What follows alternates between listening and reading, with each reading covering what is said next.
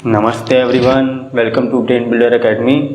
तो जैसा कि हम अनुपात और समानुपात चैप्टर पढ़ रहे हैं, तो आज हम प्रश्नावली 1 के प्रश्नों को सॉल्व करेंगे और डिटेल में समझेंगे किस तरीके से अलग अलग तरीके के प्रश्नों को हम यहाँ पे सॉल्व करने वाले हैं, तो आप लोगों को पूरा समझ में आ जाएगा।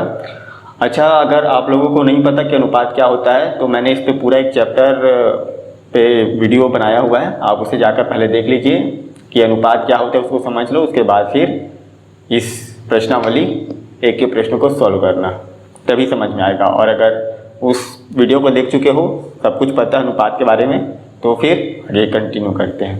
तो देखो, पहला प्रश्न दिया है कि एक क्रिकेट मैच में बल्लेबाज धीरेन्द्र 25 गेंद में से 19 रन बना के आउट हो जाता है।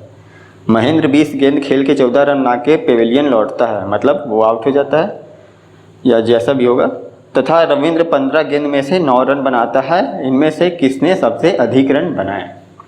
देखो क्या कहा है प्रश्न में कि धीरेन्द्र है, 3 बंदे हैं। पहले का नाम है धीरेन्द्र, दूसरे का नाम क्या है? महेंद्र, और तीसरे का नाम है रविंद्र। ये 3 बंदे क्या करते हैं? देखो, जो धीरेन्द्र है वो 25 गेंद खेलता है और 25 में से 19 रन बनाता है। 25 गेंद में 19 रन। उसके बाद जो अगला व्यक्ति है वो 20 गेंद खेलता है और 14 रन बनाता है। कौन? महेंद्र। अब जो रविंद्र है वो क्या करता है? वो 15 में से 9 रन बनाता है। 15 गेंद खेलता है और उनमें से 9 रन बनाता है। तो पूछ रहा है कि बताओ कि इसमें से कितने सबसे ज्यादा रन बनाए। तो देखो, सीधी सी बात है, किसने ज्यादा रन बनाए पूछ रहा है, तो रन किसका सबसे ज्यादा है? रन तो धीरेन्द्र का सबसे ज्यादा है।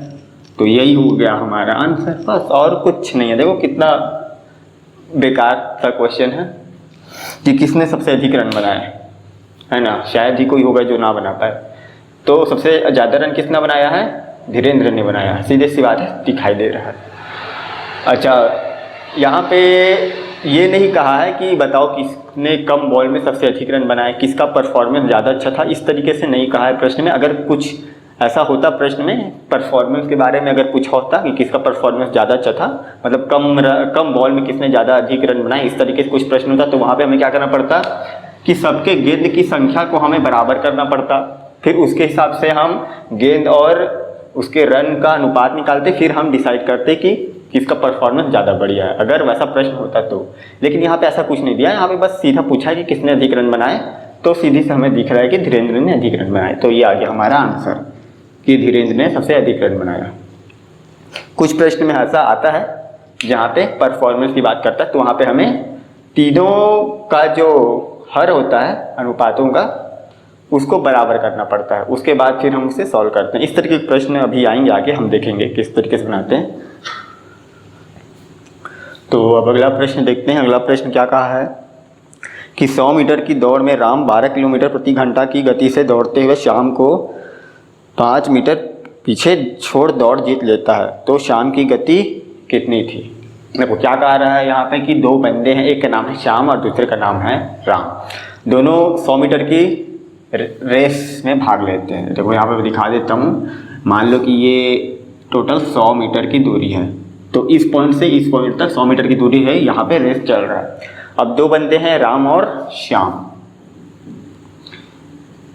अब यहाँ पे क्या होता है कि जो राम है उसका चाल दिया हुआ है 12 किलोमीटर प्रति घंटा, और श्याम का चाल हमें नहीं मालूम, श्याम की चाल हमें ज्ञात करनी है। तो श्याम का चाल हमें नहीं पता, मान लेते हैं कि x किलोमीटर प्रति घंटा। जो चीज़ हमें नहीं पता होता मैथ्स में, हम उससे कुछ मान लेते हैं। तो ये 2 व्यक्ति हैं जो दौड़ रहे हैं। अब क्या होता है कि जो राम है वो 12 किलोमीटर प्रति घंटे की रफ्तार से दौड़ रहा है। अब कुछ समय में वो क्या करता है? रेस जीत जाता है। और जब वो रेस जीतता है तो वो क्या करता है? श्याम को 5 मीटर पीछे छोड़ के रेस जीतता है। प्रश्न में कहा है ना कि उसने श्याम को 5 मीटर पीछे छोड़ के रेस को जीत लिया, यानी जब इसने रेस जीता तो जो श्याम था वो इससे जस्ट 5 मीटर पीछे था। कितना पीछे था? 5 मीटर। श्याम इससे सिर्फ 5 मीटर पीछे था। तो अब प्रश्न में कहा कि श्याम की चाल बताओ कितनी थी। ठीक है, सबसे पहले मैं समझा देता हूँ कि हम इस प्रश्न को सॉल्व कैसे करने वाले, फिर मैं आपको सॉल्व करके दिखाता हूँ। हम सबसे पहले क्या करेंगे, देखो हमें पता है चाल का जो फॉर्मूला होता है वो होता है चाल बराबर दूरी बटा समय। अब देखो दूरी तो हमें यहाँ पे पता है, दूरी को सबसे पहले हम बता दूं कि जो राम है वो कितनी मीटर की दूरी तय कर रहा है। राम पूरा रेस जीत गया, यानी इसने पूरा, राम ने पूरा जो दूरी तय किया वो किया 100 मीटर। और श्याम कितने मीटर की दूरी तय किया, देखो श्याम जो है राम से 5 मीटर पीछे है। उस पॉइंट की बात कर रहा हूँ, उस समय की बात, ठीक है ना। एक ही समय में ये यहाँ है और श्याम उससे 5 मीटर पीछे है। तो राम जब यहाँ पे था तो श्याम उससे 5 मीटर पीछे है, यानी कि 100 में से 5 पीछे कर दो, कितना आएगा 95। यानी श्याम जो है वो कितना मीटर का दूरी तय किया, 95 मीटर की दूरी तय किया। अब यहाँ पे हमें क्या क्या मिल गया, यहाँ पे हमें समय पता है। देखो समय हमें निकालना पड़ेगा, चाल के लिए हमें दूरी और समय दोनों चाहिए, तो दूरी तो हमें मिल गया। अब हमें समय निकालना पड़ेगा। अगर मैं समय यहाँ से निकाल सकता हूँ क्या, बिल्कुल निकाल सकता हूँ, ठीक। समय हम निकाल लेंगे, फिर इस सूत्र में रख देंगे तो चाल हमें मिल जाएगा। तो देखो अब बनाते हैं इसे, कैसे बनेगा।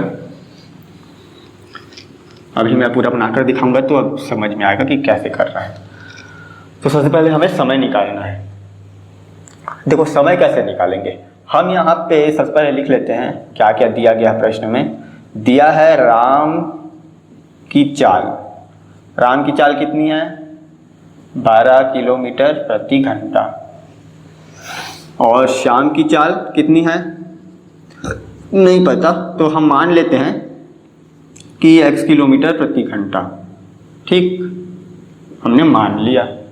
अब यहाँ पे एक चीज देखो कि जो राम है, राम के द्वारा तय किया गया दूरी, ठीक, राम के द्वारा तय की गई दूरी कितनी है, 100 मीटर। उसने पूरा 100 मीटर का दूरी तय किया, ठीक। अब बढ़िया, श्याम कितना मीटर का दूरी तय किया, श्याम के द्वारा तय किया गया दूरी 95 मीटर है। तो क्या क्या दिया था वो सब हमने लिख लिया। अब देखो सबसे पहले मैंने क्या कहा कि हमें समय निकालना है, तो यहाँ पे समय का फॉर्मूला क्या होता है। सबसे पहले तो ये समझो कि यहाँ पे राम और श्याम दोनों इस पॉइंट पे खड़े हैं, तो दोनों का समय सेम होगा क्योंकि दोनों दौड़ना स्टार्ट किए। मान लो कि समथिंग कुछ लगभग 2 घंटे में, लगभग मान लो कि 2 घंटे में राम यहाँ से यहाँ पहुँच गया। तो दोनों साथ में दौड़े हैं, तो राम यहाँ पहुँच गया और श्याम उसे 5 मीटर पीछे है। तो मान लो 2 घंटे में ये यहाँ पहुँचा, 2 घंटे में श्याम कहाँ पहुँचा, यहाँ पहुँच जाए, इससे 5 मीटर पीछे। तो दोनों 2 घंटे में ही या अपने अपने जगह पहुँचे हैं, तो समय यहाँ पे बराबर है। तो राम का जो समय है, श्याम का भी समय वही है, बस चाल अलग अलग है। तो समय यहाँ पे हमें निकालना है। तो समय का फॉर्मूला कितना होता है, चाल बराबर होता है दूरी बटा समय। तो इस फॉर्मूले के हिसाब से समय बराबर क्या हो जाएगा, समय बराबर हो जाएगा, पक्षांतर कर देंगे तो ये हो जाएगा दूरी बटा चाल। तो समय का फॉर्मूला क्या होता है, दूरी बटा चाल।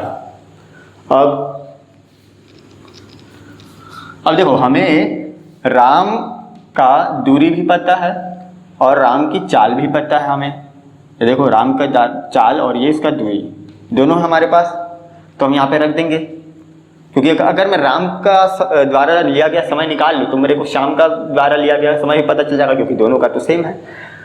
तो यहाँ पे हम राम के द्वारा लिया गया समय निकाल लेते हैं, ठीक। राम द्वारा लिया गया समय, लिखने पे मैं ज़्यादा ध्यान नहीं देता, मैं मुंह से बोल रहा हूँ, आप सुन भी सकते हो, ठीक। बाकी आप तो सुन के भी लिख लोगे कॉपी में, तो ध्यान दो लॉजिक्स पे। तो देखो राम के द्वारा लिया गया समय दूरी बटा चाल। दूरी कितना है यहाँ पे, दूरी है 100 मीटर, बहुत बढ़िया। चाल कितना है, चाल है 12 किलोमीटर, रख दो। आंसर कितना आया, इसे सॉल्व कर दो। कैसे कट रहा है, देखो 4 से कट जाएगा, 25 चौक 100 होता है और 4 तिया 12, 25 बटा 3। तो 25 बटा 3 घंटे। पूरा सॉल्व करने का जरूरत नहीं है, इसे चाहो तो 3 से भाग दे दो, लेकिन पूरा निकालने की जरूरत नहीं है, अभी तो इसे घटाना ही है। तो इस तरीके से हम यहाँ पे समय निकाल लेते हैं। अब देखो हमें यहाँ पे जानते हैं, यहाँ पे हम लिख लेंगे,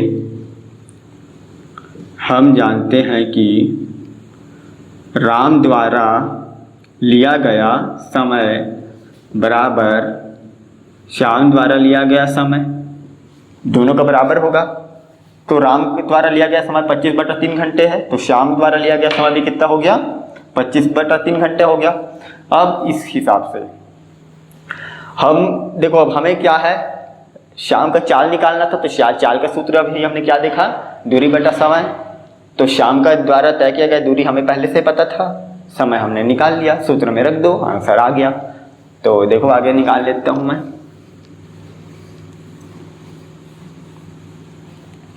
अब शाम की चाल बराबर हो जाएगा शाम के द्वारा तय की गई दूरी बटा उसके द्वारा लिया गया समय। तो दूरी कितना है 95 मीटर और समय कितना है 25/3 घंटा। इसे सॉल्व कर दो, कितना हो जाएगा, ये हो जाएगा 95 × 3/25 हो जाएगा। इसे सॉल्व कर दोगे तो सॉल्व करने तो आता होगा ना। देखो ये 25/3 है, तो देखो ये 95 है, 95 के नीचे कुछ नहीं, मतलब ये 1 है, तो ये 95/1 हो गया। ये इस तरीके से होगा, देखो 95/1 और पूरे के बटे में 25 × 3 और 25/3, ये ऐसा। अब परिमेय संख्या क्योंकि हमने पढ़ा हुआ है क्लास 9 में भी, वहाँ पे भी हमने इस तरीके से बहुत किया हुआ है। अब देखो अंश बटा हर दोनों भाग में है, तो भाग को हम क्या करते हैं, गुणे में चेंज करते हैं, फिर सॉल्व करते हैं। तो इसे जब मैं गुणे में चेंज करूंगा तो ये उल्टा हो जाएगा, 25/3 है तो 3/25 हो जाएगा। तो ये क्या हो जाएगा, ये हो जाएगा, इसको ऊपर ले जाऊंगा तो 25/3 था तो उल्टा हो गया 3/25। तो देखो 95 गुणे में 3/25 आ गया। बस अब इसको सॉल्व कर दो, 5 × 5 = 25, कटा दो और ये 5 से चला जाएगा, 19 × 5 = 95, 19 × 3/5, 19 तिया 57 बटे में 5, भाग दे दो, 5 × 5, फिर 5 × 5, 2 बचा, 0 आ गया, दशमलव लगा के 5 × 20 आ गया कितना, 11.4 किलोमीटर प्रति घंटा। यह है शाम की चाल। आ गया आपका आंसर। देखो ये बस भाग दिया है मैंने, 57 को 5 से भाग दोगे तो इतना आ गया, ठीक है, ये आ गया आंसर। देखो कितना आसान था। तो शाम की चाल कितनी है, 11.4 किलोमीटर प्रति घंटा।